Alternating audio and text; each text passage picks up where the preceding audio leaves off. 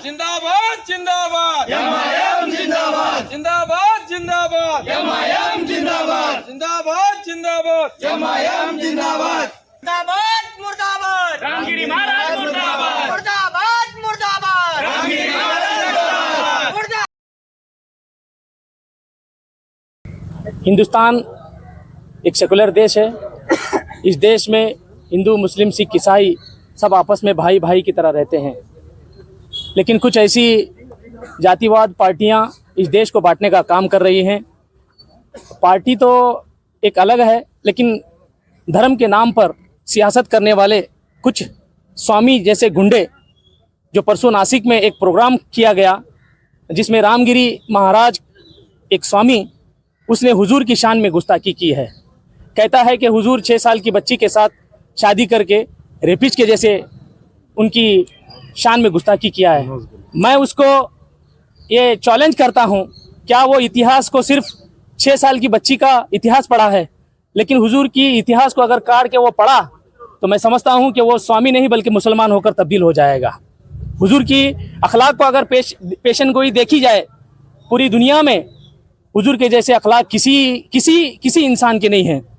और उन इंसान को वो उस पर तहमत लगाता है स्वामी कि उसको सही तरीके से हुजूर सल्लल्लाहु अलैहि वसल्लम के अखलाक नहीं मालूम है।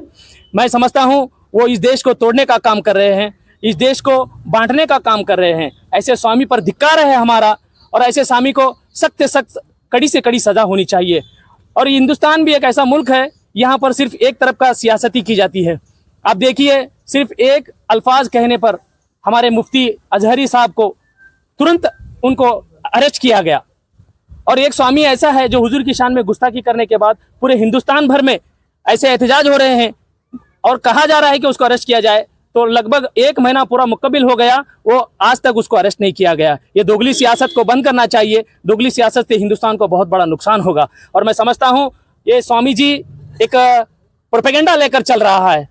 आने वाले महाराष्ट्र में इलेक्शन आ रहे हैं और इलेक्शन को रंग देने के लिए ये स्वामी अपना रंग इस्तेमाल करके पूरे देश हिंदुस्तान में एक खून को आम करने की कोशिश कर रहा है। ऐसे स्वामी को सख्त से सख्त सजा देनी चाहिए और हुजूर की शान में गुस्ताखी करने वाले को फांसी की सजा होनी चाहिए। हमारी मांग यही है कि हम जिलाधिकारी के माध्यम से होते हुए हमारे देश के राष्ट्रपति को हम मेमोरेंडम दे रहे हैं कि उसको सब जल्द से जल्द उसको अरेस्ट किया जाए और जल्द से जल्द उसको जितना जल्दी हो सके उसको सख्त सख्त सजा देकर उसको फांसी की सजा देने की हमारी मांग रही है। क्यों बार बार देश में आए दिन ऐसे वारदात होते हैं, कभी मस्जिद पर हमला होता है, कभी अजान को लेकर इश्यू बनाया जाता है, क्यों एक समुदाय को टारगेट किया जा रहा है? जैसे कि आप जानते हैं कि इस देश के प्रधानमंत्री नरेंद्र मोदी कहते हैं कि सबका साथ सबका विकास। इस पार्टी में सबका साथ सबका विकास नहीं है, बल्कि हिंदू विकास हिंदू का ही विकास है। सबका साथ अगर होता तो मुसलमानों पर होने वाले इस घिनौनी हरकत के खिलाफ में प्रधानमंत्री नरेंद्र मोदी एक अल्फाज कहते। अगर स्वामी को एक बात वो कहते कि स्वामी ऐसी बात न कहे, ये किसकी मजाल है कि प्रधानमंत्री की मुखालिफत में कोई जाए। प्रधानमंत्री खुलकर किसी के सामने बात करना नहीं चाहते। प्रधानमंत्री दोगली सियासत करते हैं। एक तरफ कहते हैं कि सबका साथ सबका विकास सबका विश्वास। क्या मुसलमानों का विश्वास जीतना चाहते हैं? मुसलमानों पर होने वाले तमाम मुद्दे को लेकर देखिए। CAA पर मसले पर आया तो खामोश, ट्रिपल तलाक के मसले पर आया तो खामोश, हिजाब के मसले पर आया तो खामोश, बाबरी मस्जिद शहीद का मसला आया तो खामोश, दिल्ली की मस्जिद को शहीद करने का मसला आया तो खामोश। और ऐसे महाराज स्वामी जो है ऐसे हुजूर सल्लल्लाहु अलैहि वसल्लम की शान में गुस्ताखी कर रहे हैं तो खामोश। तो इसका मतलब क्या हो गया कि सबका साथ सबका विकास कहाँ हो गया? ये एक तरफा ये रहने की वजह से इन लोगों की हिम्मत आ रही है। प्रधानमंत्री इनके पीछे हैं।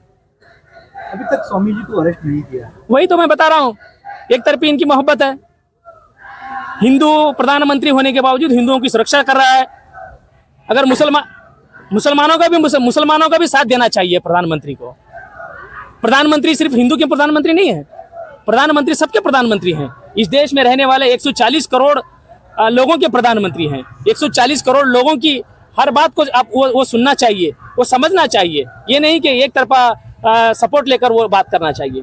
अगर प्रधानमंत्री कहे हमारे इस देश के पुलिस डिपार्टमेंट को कि फौरन उसको अरेस्ट किया जाए, क्या वो अरेस्ट नहीं करेंगे? खुलकर कहना नहीं चाहते प्रधानमंत्री साहब। आप कह रहे हैं कि इसमें राजकीय सियासत ही है इसमें सबसे ज्यादा। अब मैं तो कहता हूं कि महाराष्ट्र का इलेक्शन आने वाला है, विधानसभा का इलेक्शन आने वाला है, उससे पहले ये चिंगारी छिड़का रहे हैं स्वामी जी।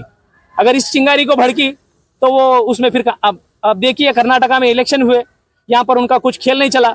यहाँ की सेकुलर पार्टी जो मोहब्बत की दुकान चलाती है उसकी हुकूमत आ गई, लेकिन मोहब्बत की दुकान में भी नफरत नजर आ रही है। अब मोहब्बत की दुकान में भी देखिए आप, वो भी नफरत बांट रहे हैं। अगर मोहब्बत की दुकान होती, 88% मुसलमानों के वोट लेने के बावजूद क्यों वो मुसलमानों पर मोहब्बत आ नहीं रही? उनको सिर्फ दुकान में ही मोहब्बत लगती है, जब बेचने आते हैं तो वो भी नफरत बेचते हैं। हुजूर की शान में गुस्ताखी करने वालों पर नफरत बेचो, हुजूर की शान में गुस्ताखी करने वालों पर आप स्टेटमेंट दो, नहीं देंगे। अगर स्टेटमेंट देंगे तो हिंदू वोट उनसे चला जाएगा। ये भी दोगली सियासत कर रहे हैं। अब हम किसके सपोर्ट में खड़े होना चाहिए? एक तो अदलिया पर हमारा भरोसा था और पुलिस डिपार्टमेंट पर हमारा भरोसा है। हो सकता है इन लोगों ने आगे जो बाबा साहेब अम्बेडकर के कानून को सामने रखकर अगर काम किया तो अल्हम्दुलिल्लाह वो रामगिरी को भी अरेस्ट करेंगे। अगर किसी को भी कोई गलत करता है तो उसको भी अरेस्ट करेंगे। अगर वो अम्बेडकर साहब के कानून को नहीं मानते या तो जो मनुस्मृति है उसको मानना चाहते हैं तो वो रामगिरी को अरेस्ट नहीं करेंगे। एफआईआर हुआ है भाई, एफआईआर हुआ तो अरेस्ट कहाँ नहीं हुए? मुफ्ती अजहरी साहब को कहाँ अरेस्ट हुआ? एफआईआर हुआ घंटा, 2 घंटे में उनको अरेस्ट किया गया। रामगिरी महाराज पर कितने एफआईआर हुए? एक एफआईआर नहीं बल्कि हजारों एफआईआर हो चुके हैं।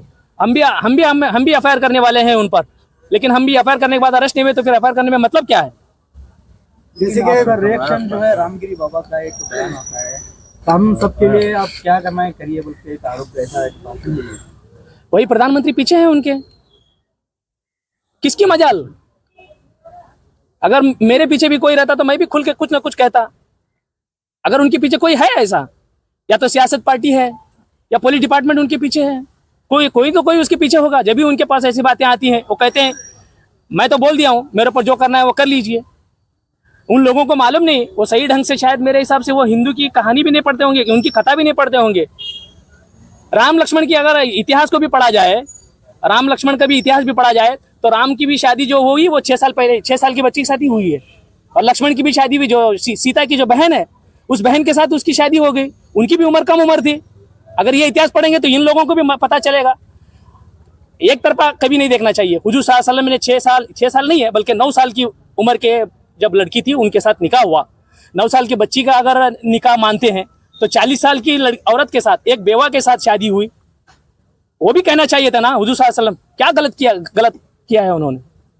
दुनिया को ये बताना चाहते हैं हुजूर सल्लल्लाहु अलैहि वसल्लम के अखलाक पेश करना चाहते हैं हुजूर सल्लल्लाहु अलैहि वसल्लम। ऐसे अब देखिए, एक बूढ़ी औरत जब हुजूर सल्लल्लाहु अलैहि वसल्लम पर हर रोज कचरा फेंकती थी, हर रोज कचरा फेंकती थी। अब हमारा मिजाज ऐसा है कि एक गाल पर हमारे को चाट लगी तो हम दूसरे गाल पे मारने से पहले सामने वाले को अटैक करते हैं। लेकिन मेरे आका हुजूर सल्लल्लाहु अलैहि वसल्लम ने ऐसा नहीं किया। लगातार वो कचरा फेंकती रही, लगातार कचरा फेंकती रही। जब एक दिन कचरा उन पर नहीं फेंका गया तो उसके पुरसाने हाल पूछने के लिए चले गए। ये है हमारे नबी के अखलाक।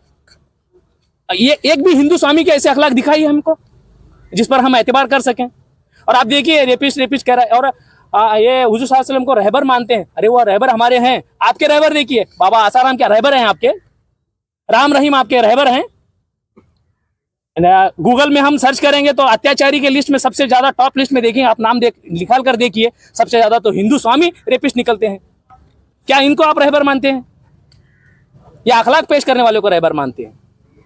ये सब हम लोगों को बड़ी चिंताजनक आपत्ति है। हम लोगों को अब बहुत सोच समझ कर इस देश में हम सबको रहना है, प्यार मोहब्बत के साथ बसना है। ऐसे स्वामियों को सबसे ज्यादा अगर अरेस्ट करेंगे, उन पर सजा होगी तो आने वाले स्वामी भी सोच समझ कर बात कहेंगे। मैं कहता हूं, सरकार से निवेदन करता हूं और आपके माध्यम से, डीसी साहब के माध्यम से, हमारे इस देश के राष्ट्रपति से मैं निवेदन करता हूं और गुजारिश करते हैं हम लोग कि सख्त से सख्त स्वामी पर कार्रवाई की जाए और उसको जल्द से जल्द अरेस्ट किया जाए। और हो सके तो इस देश में सुकून बरकरार करने के लिए उस स्वामी को फांसी की सजा देनी चाहिए। सर, जैसे कि रामगिरी बाबा ने हुजूर की शान में जो गुस्ताखी की है, जिसे लेकर आप प्रदर्शन कर रहे हैं, मनवी दे रहे हैं, कि आपको लगता है कि इस पर कोई कड़ा एक्शन लिया जाएगा?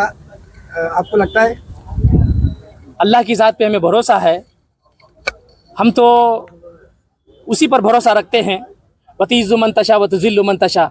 इज्जत को देने वाला भी अल्लाह है, जिल्लत भी देने वाला अल्लाह है। और जैसे कि हम लोगों को यकीन होना चाहिए था, वैसा सरकार पर हमें तो बिल्कुल यकीन नहीं है कि वो इस पर कड़ी उनकी सजा दिलाने की कोशिश करेंगे। क्या वजह हो सकती है यकीन न होने? क्योंकि अब देखते हैं कई ऐसे मसले हैं जिन मसलों को दबाने की कोशिश की जा रही है। और ऐसे कई मुद्दे हैं जिन मुद्दों को सिर्फ एक तरफा देखा जाता है कि अगर वो हिंदू है तो उसको रिलैक्सेशन मिलता है, अगर वो मुस्लिम है तो उसको सजा मिलती है। इस चीज़ को लेकर हम लोगों को दुखी है, सबसे ज़्यादा इस देश में हम लोगों को दुखी महसूस हो रही है। हम चाहते हैं कि बाबा साहेब अम्बेडकर का कानून नाफिज हो जाए।